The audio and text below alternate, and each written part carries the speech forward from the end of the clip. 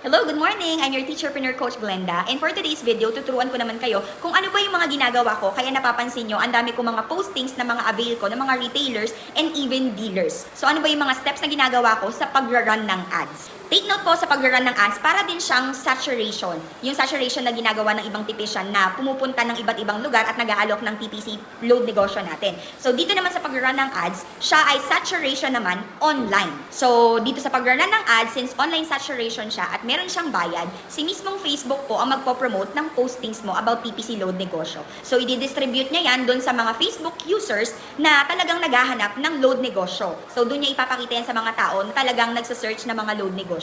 So sa pag-run ng ads, kailangan nakatutok ka po dahil kapag ikaw ay nag-run ng ads at hindi mo agad nasasagot ang mga nag-i-inquire, of course maghahanap po yan ng mas mabilis na sumagot at mas mabilis na mag-assist sa kanila. Kaya kapag ikaw ay nag-run ng ads, kailangan nakafocus ka dahil kung hindi, masasayang lang po ang budget mo. So sa pag-run ng ads, ano ba yung mga kailangan gawin? Number 1, kailangan nyo pong mag-download ng dalawang app. First is yung Business Suite. Sa Business Suite po natin, para siyang messenger ng page natin. So, dyan po natin ma-check yung mga messages or mga inquiries ng mga customers na gustong mag-avail ng load negosyo natin. And another is yung Meta Ads. So, sa Meta Ads naman na app natin, dyan naman natin sineset up yung pag-run ng ads natin mismo. So, sa Meta Ads natin, sineset yung budget, kung ano yung mga location na gusto mong masakop ng ads mo, kung ano yung mga interest, kung sino yung mga taong gusto mong pakitaan ng ads mo, at iba't ibang bagay pa. So, tuturuan ko kayo sa video na to kung paano ba sineset up ang Meta Ads. Another, pag nakapag-download ka na ng Business Suite at yung Meta Ads, kailangan mo namang gumawa ng pinaka-poster or pinaka-post na i-boost mo or i-run mo na ads. So, sa poster, of course, yung pinaka-basic lang na picture ng package na i-run mo na ads at yung mga inclusions nito. And syempre, yung caption na kasunod or yung mga details about dun sa package na i-run mo ng ads. Sa caption natin, hindi kailangan sobrang haba. Yung mga inclusions lang and yung pinaka-main caption na dapat catchy, yung makukuha agad yung attention ng mga nag-i-inquire. Ayan, so yun lang naman yung mga kailangan nyo i-prepare bago tayo mag-set up ng i-run natin na ads. So ngayon, ipapakita ko sa inyo kung ano ba yung actual na laman ng mga nire-run ko na ads gamit ang Meta Ads na application. Ayan, so for example, nandito ka na nga sa yung phone. Ayan, so again, dapat downloaded mo na ang Business Suite app tsaka yung Ads Manager. So, just to show you yung Business Suite ko na app, ayan, dito yung mga messages, yung mga inquiries, dito ko sila sinasagot. Dito rin ako nagpo-post ng mga avail ko, dito rin ako nagpo-post ng mga ads. So, dyan siya sa Business Suite. Naman tayo magsiset up sa Ads Manager ng i-run natin na ads. So, dito sa Ads Manager, so ito siya. Ayan yung mga na-run ko na ads nung mga nakaraan. And ngayon, meron akong ongoing na ads na nire-run. So, it's been running for 5 days na. And ang budget ko dyan ngayon ay 100 lang per day. Yan. So, yung sa 100 per day ko, usually nakakakuha ako ng 2 to 3 and 2 to 3 na 999 package. And nung nakaraan, nakakuha ako ng in 1 day lang, nakakuha ako ng 4 na 999 package. Tapos, isang 300 retailer SIM activation. Di ba sulit? So, depende kasi talaga yan sa sipag mo sa pagsagot tsaka sa bilis mo ng pagsagot ng mga inquiries. So, yan. Ganito sa pag-set up ng ads. Ganito yung ginagawa kong mga settings sa pag-set up ko ng ads. So, ito naman yung na-test ko at na-try ko talaga na super effective din sa ngayon. Yan. So, punta ka lang dito sa color green na plus sign. Yan. So, syempre, marami tayong pwedeng piliin dyan. Pero ang pipiliin natin, syempre, dun tayo sa sales. Kasi dito yung talagang most likely na magpa-purchase ng product natin sa sales. So, click natin yung sales. Okay, so loading. So, yan na. Dito na natin isi-set up yung i-run natin na ads. So, sa campaign details, click natin yung campaign name. So, sa campaign name, pwede mo na lang ilagay dyan, 999 retailer package. Siyempre, depende pa rin sa'yo. Maganda yung medyo may arte na design, 999 retailer package, for example lang. Yan, dito sa special ad category, huwag na natin galawin yan. It's none. Dito naman tayo sa budget. Gaya ng sinabi ko sa inyo, ngayon, yung nire-run ko na ads ay 100 lang per day ang sinet kong budget.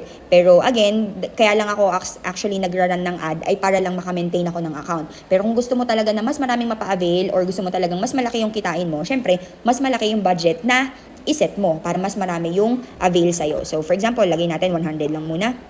Yan, and then next.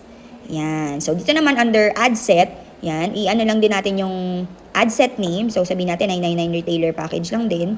Kasi ang usual naman na nire-run natin na ad ay yung 999 retailer package dahil nga yun yung complete package na. So, save and continue. Yan. Sa conversion naman, okay, click natin conversion. So, usually, sa Messenger, syempre. And then, Sa Facebook page, yan, i-choose mo lang kung ano yung page mo na pagraranan mo ng ads or ibuboost mo na ads. Yan, tapos i-click mo lang dito kung ano yung mga messaging apps na gusto mong mag-message yung mga mag-i-inquire sa'yo. So ako, ang kiniklik ko lang dyan is yung Messenger para diretso talaga siya sa Messenger ng page ko. Yan, so hindi na natin gagalawin yung conversion event. Dito na tayo sa schedule. Yan, sa schedule naman, sa start date, sabihin natin mag-start tayo today, yan, November 7. Okay, yun ang start date natin. Depende sa'yo kung gusto mo din siyang lagyan ng lagyan ng end date. Yan, i-click mo lang yan, tapos magkiklik ka lang ng end date. Yan, so pwedeng 3 days, pwedeng 5 days, so depende sa'yo. Ako kasi hindi na ako naglalagay ng end date. Basta naglalagay ako ng budget ko, for example, for 5 days, or kung ilang days, for example, maglalagay ako ng 500 pesos na budget. So, hindi na ako naglalagay ng end date. Basta pag naubos na yung 500, okay na yun. Automatic naman siyang magsa-stop kapag ubos na yung budget mo. Yan, so continue lang natin. Okay? Dito naman sa audience, yan. Dito sa audience, makikita mo dyan yung mga location. Ito yung mismong mga location or yung mga lugar na gusto mong masakop or gusto mong makakita ng mga post mo. So, usually naman, sa mga included location, lagay mo lang dyan Philippines. Ako kasi usually nilalagay ko lang dyan talaga is Philippines lang. Yan. Philippines. Okay. Yan. So, Philippines. Tapos, yung sa exclude location, ibig sabihin na exclude this location, kung meron ka mga lugar na ayaw mong matarget. For example, mga Maguindanao, ganyan, mga Marawi, o kaya mga Angola, yung mga ganyan. Pwede mo namang lagyan ng or exclude locations. Pero kahit hindi mo nalagyan yan, okay lang yun. Para lahat makasakop talaga. Tapos, dito naman sa include people to watch, yan, pwede mo namang i-click dito or i-select dito yung mga tao like yung mga businessman, yung mga small business owners. Ako kasi, ang usual lang na kiniklik ko dito is yung mga gumagamit ng Facebook Messenger, yan, yung mga small business owners, yan, small business, yan, business owners, yan. Kasi may mga sari-sari store, yan yung mga usual na mga magiging client talaga natin, yan. Yan. So, yan. Ganyan siya. Tapos, dito naman yung mga suggested. Pwede mo namang i-click yung sa Instagram, yung mga nag-YouTube. Pero usually talagang sineselect ko lang dyan yung mga entrepreneurship, tsaka yung mga small business. Yan, small and medium business enterprise. So, depende na sa'yo. Okay po? I-click mo lang dyan para ma-check mo din or para ma-select mo din yung gusto mong maka-reach or gusto mong ma-reach na mga audience mo. Yan. So, for example, yan. Tapos, dito naman tayo sa age. Yan. Ako, hindi ako nagse-select nung pinaka-minimum tsaka pinaka-maximum. Ang sineselect ko lang talaga dyan, ang minimum ko is yung 18 para at least may mga estudyante rin akong mga makuha. Kasi marami ring mga estudyante talaga nagne-negosyo ngayon, lalo na yung mga teenager. Yan, hanggang ano lang ako, ang sineselect ko ay hanggang 55 to 60 years old. Para at least kaya pa nilang mag-navigate ng phone. Tapos all genders na yan. Yan. So yung mga sinelect natin dyan, ang impact niyan or ang makakover niyan na mga audience mo ay mula 39 million to 46 million people ang pwedeng makakita ng post mo na yan. Yan. So, continue natin. Yan. So, sa placement naman, pwede ka mag-select ng advance or yung advantage placement or yung manual placement. So, dun tayo sa manual placement. So, sa manual placement, under nyan is yung devices. So, syempre, select na natin yan, yung both na mobile phone tsaka yung desktop users. Yan. Sa platform naman, depende sa iyo kung ano yung mga gusto mong i-select na platform. Ako kasi usually Facebook tsaka Messenger lang ang sineselect kong mga platforms. Yan. Para hindi ako masyadong maguluhan kasi hindi rin naman ako gumagamit ng Instagram. So, ayan. Pwede yan sa mga Facebook stories, sa Messenger stories, Facebook Reels, yan. Yan. So, ayan na. Ayan na yung usual na sineselect ko talaga. Okay? Tapos, doon naman tayo sa last. So, dito naman sa last, sa ad name ulit, 999 retailer package.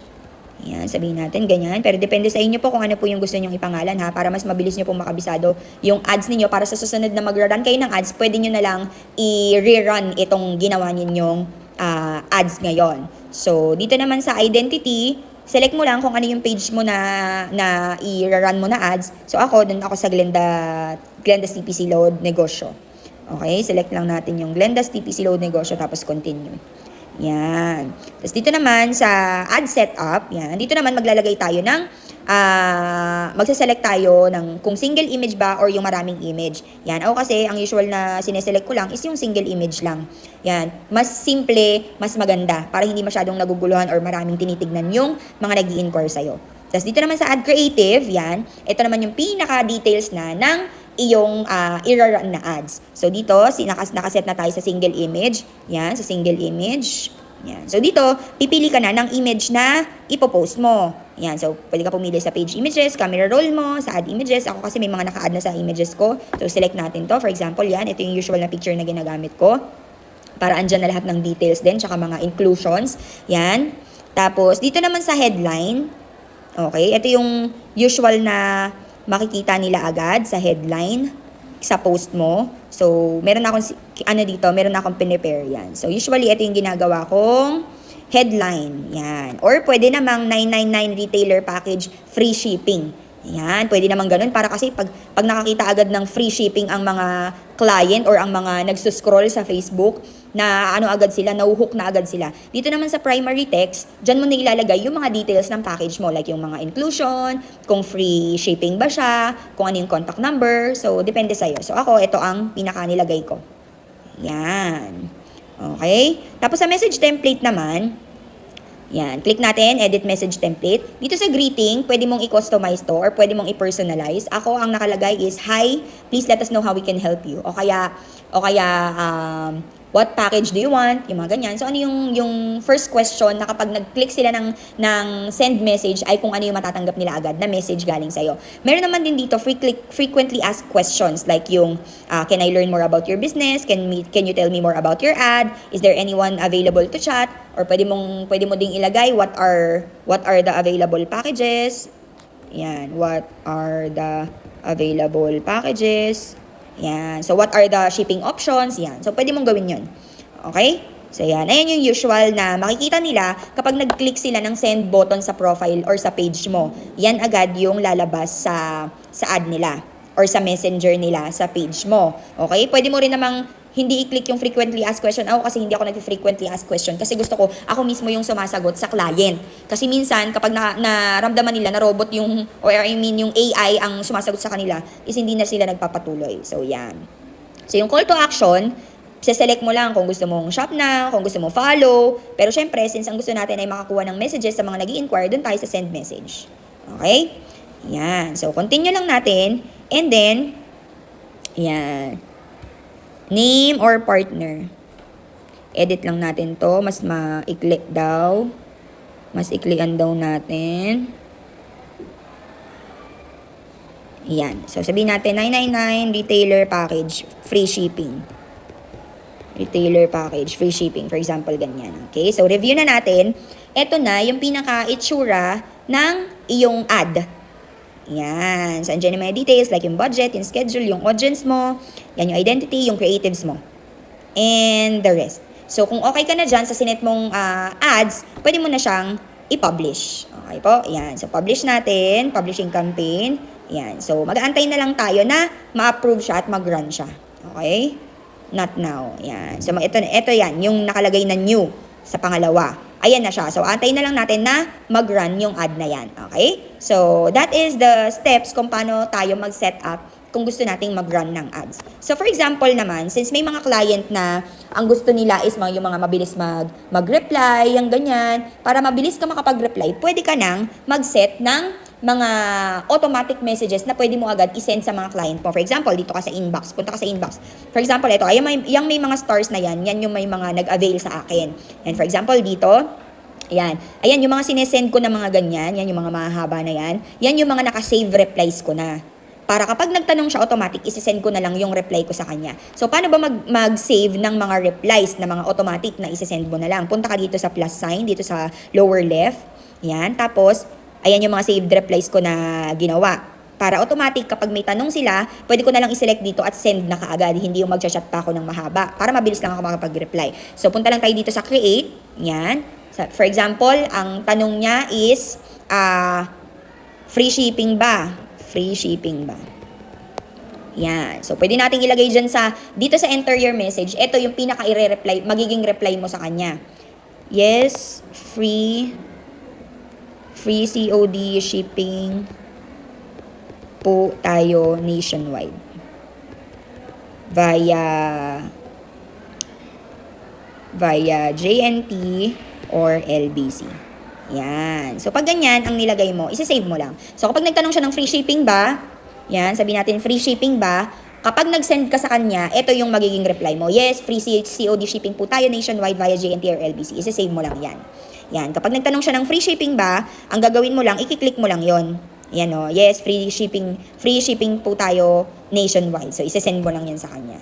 So, ganun lang mag-save ng mga automatic or ng mga instant replies natin para mas mabilis na nating ma-replyan ang mga inquirers natin or yung mga nag-i-inquire sa ating page. Pakitaan ko rin pala kayo ng sample kung paano ako nag-a-assist sa mga nag-i-inquire. So, for example, itong si Sharon Yu.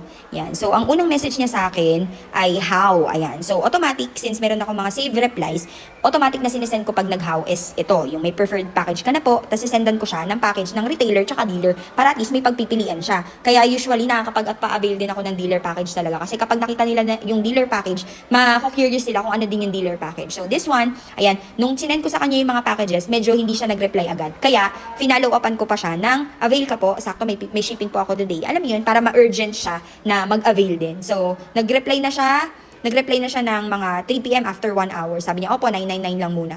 Tapos kapag ganyan, nakapili na siya ng package, isesend ko na sa kanya yung form para makuha ko yung details niya. Tapos, sinasabihan ko rin siya na may message ko din pala siya sa Messenger kasi nga, kada nagme-message kayo dito sa business, sa Meta Ads, nag-run din siya ng charges. So, mas maganda na sa Messenger na kayo magpatuloy ng messaging nyo, lalo na kapag nag-activate na kayo. Ayan. So, ganyan. Tapos, kapag hindi niya pa nabigay yung details niya, pina-follow up ko po ulit siya. So, medyo makulit ako para talagang sure ball. Ayan. So, pag nagbigay niya na yung details niya, ayan, ang next ko na sinesend sa kanya is yan. So, thank you for ordering 99 retailer package. Tapos, reminder din about the shipping. Tapos, reminder din syempre sa mga bogus buyer. And, after nun, pag okay na, kapag napaship ko na, ayan, sasabihan ko rin siya na na-pick up na ni rider or kaya napaship ko na para at least updated siya. Tapos, kapag in transit na yung kanyang shipping, sinesend ko rin sa kanya yung mga details ng tracking. Para at least pwede niya rin matrack ng sarili niya at ma-make sure din siya na nag-update talaga ako as seller. Kasi ganun din yung mga gusto ng mga buyer eh. Yung talaga nag-update si seller. So, yan, ganyan lang yung sample kung paano ako mag-close deal. So, sobrang mabilis lang, direct to the point. At ang pinaka-importante talaga doon is ina-update mo si client. Yan. Hindi ka naman ganun dapat kakulit, pero at least every now and then na-update mo si client. So, yun lang. So, ganun lang po kadali. Basta tatandaan nyo po, kapag kayo po ay nag-run ng ads, again, dapat po nakafocus kayo at nakamonitor po talaga kayo sa page ninyo. Para yung mga nag-i-inquire po, mas mabilis niyo po silang marereplyan para hindi po sila maghahanap agad ng ibang mga sellers para dun sila mag-avail. Yan. So, focus lang po, monitor lang po natin at maging masipag lang po tayo sa pagre-reply. Again po, marami po ang inquiries kapag ikaw nagre-run ng ads, pero syempre hindi po lahat yan ay nag-a-avail. So, tiyaga-tiyaga lang talaga sa pag-assist at pagsagot sa ating mga nag-i-inquire. Kasi soon, retailer man ang i-avail niya ngayon, kapag inalalagaan mo yan ng bongga, soon magdi-dealer din po yan. So again, this is Coach Glenda and thank you so much for watching. Bye!